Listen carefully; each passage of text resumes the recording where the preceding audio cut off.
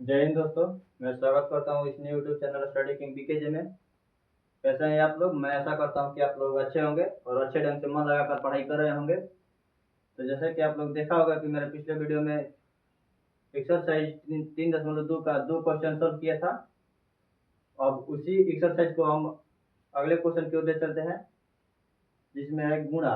दो अवयवों को गुणा करने का तरीका। ठीक है, तो चलिए अब हम ज़्यादा समय विलंब न करते हुए क्वेश्चन नंबर 3 की ओर चलते हैं। चलिए बाबू लोग देखिए, कौन सा पाठ है बाबू लोग? पार्ट 3। चैप्टर का क्या नाम है बाबू लोग? तो मैट्रिक्स। क्या नाम है? मैट्रिक्स।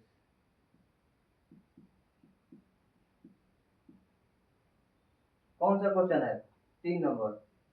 3 नंबर का क्वेश्चन देखिए बोलो, गुणा कर रहा है, दो अवयवों को गुणा करने का तरीका। 3 नंबर का पहला नंबर बोल रहा है ए बी माइनस बी ए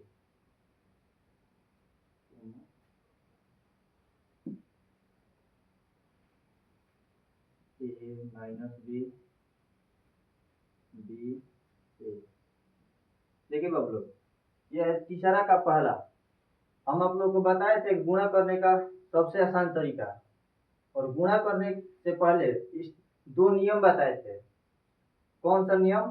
तो पहला बताए थे कि किसी भी अवयव को गुणा करने से पहले उस अवयव का कोटि जांच करना चाहिए। क्या जांच करना चाहिए? कोटि।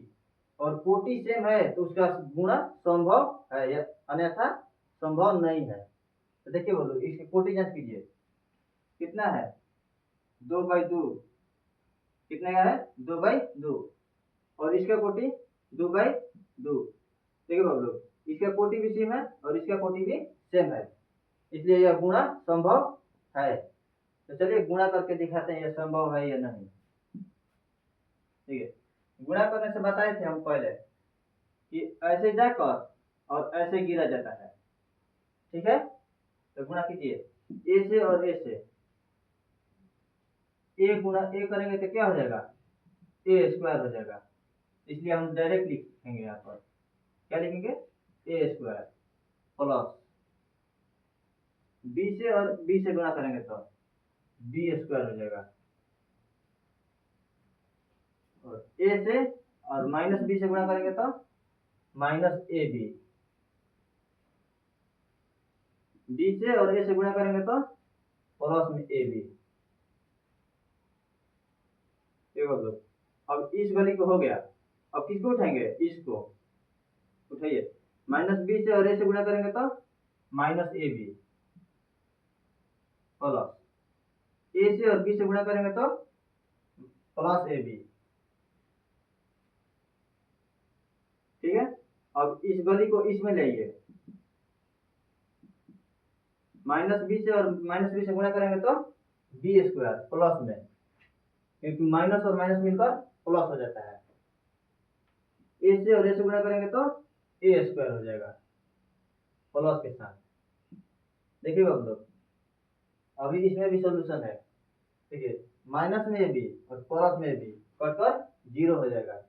इसमें भी माइनस में भी प्लस में भी कटकर जीरो हो जाएगा। इसका सही उत्तर कौन सा होगा? A square plus B square, zero zero, A square plus B square. ये हो गया आपका आंसर। ये हो गया आपका करेक्ट आंसर। उतार लीजिए बाबू लोग। चलिए दोस्तों, मैं ऐसा करता हूँ कि आप लोग उतार लिए होंगे। अब इसे मिटा दे रहे हैं हम। क्वेश्चन नंबर 2 की ओर चलेंगे।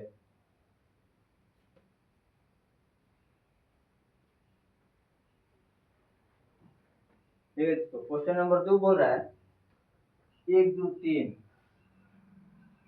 1 2 3 गुणा 2 3 4, 2 3 4।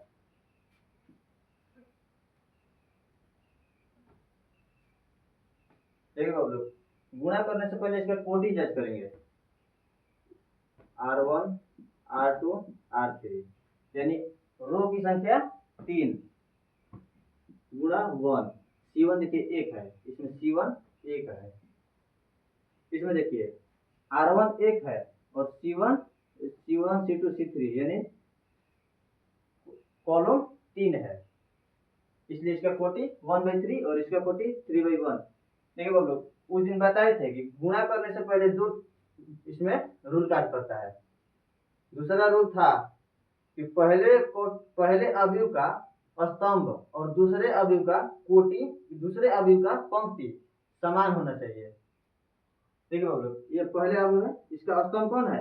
1, इसका स्तंभ ये है, और दूसरा अवयव का पंक्ति यानी पंक्ति ये है। देखिए बाबू लोग, स्तंभ और पंक्ति सेम है ना, इसलिए इसका गुणा संभव है। यह अगर सेम नहीं होता ना, इसका गुणा संभव नहीं होता। ठीक है, चलिए गुणा करके हम आपको दिखा रहे हैं। देखिए 1 से 2 से गुणा करेंगे, कितना हो जाएगा? 2। 1 से 3 से गुणा करेंगे, कितना हो जाएगा? 3। 1 से 4 से गुणा करेंगे तो 4। एक और लोग, अब इस में आइए, 2 से 2 से गुणा करेंगे तो 4। 2 से 3 से गुणा करेंगे तो 6, और 2 से 4 से गुणा करेंगे तो 4 दूनी का 8। अब आइए, 3 से 2 से गुणा करेंगे तो 3 दूनी का 6। 3 से 3 से गुणा करेंगे तो 3 दूनी का 9, और 3 से 4 से गुणा करेंगे तो 3 चौका 12। यह हो गया आपका करेक्ट आंसर। ठीक है, उतार लीजिए बाबू लोग। मैं ऐसा करता हूँ कि आप लोग उतार लिए होंगे। तो चलिए अब आप क्वेश्चन नंबर अगले की ओर चलते हैं।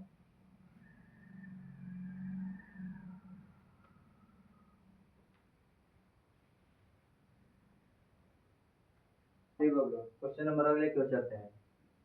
देखिए क्वेश्चन नंबर तीसरा और चौथा सेम टाइप का क्वेश्चन है जो हम पहले बता चुके हैं, इसलिए दोनों क्वेश्चन को हम छोड़ रहे हैं। और 5 नंबर क्वेश्चन कुछ भिन्न है, यानी बीच में 0 आ जाए तो क्या करेंगे, उस क्वेश्चन की ओर हम चलते हैं, यानी 5 नंबर की ओर। 2 1 3 2 -1 1 गुणा 1 0 1 1 0 1 -1 2 1। देखिए बाबू, बीच में अगर 0 आ जाए तो क्या करें? देखिए कुछ नहीं करेंगे, जस्ट पहले जैसा ही गुणा करेंगे, बस 0 से गुणा करेंगे तो 0 हो जाता है, वही प्रक्रिया इसमें भी अपनाएंगे। गुणा कीजिए। देखिए बाबू, पहले कोटि देख लीजिए इसका, R1 R2 R3, यानी रो की संख्या 3 और कॉलम की संख्या 2, C1 और C2, इसका कोटि 3/2। इसमें देखिए 2/3 कैसे मालूम चला? तो ये है R1 और ये है R2, यह C1 C2 C3, यह होगा 2/3, कोटि इसका 2/3। देखिए बोलो, गुणा संभव है या नहीं? देखिए इसका स्तंभ और इसका पंक्ति सेम है, इसलिए इसका गुणा संभव है, अन्यथा संभव नहीं होता। चलिए गुणा करके हम दिखा रहे हैं। 2 से 1 से गुणा करेंगे तो 2 प्लस 1 से और -1 से गुणा करेंगे तो -1। 2 से और 0 से गुणा करेंगे तो 0 प्लस 1 से और 2 से गुणा करेंगे तो 2।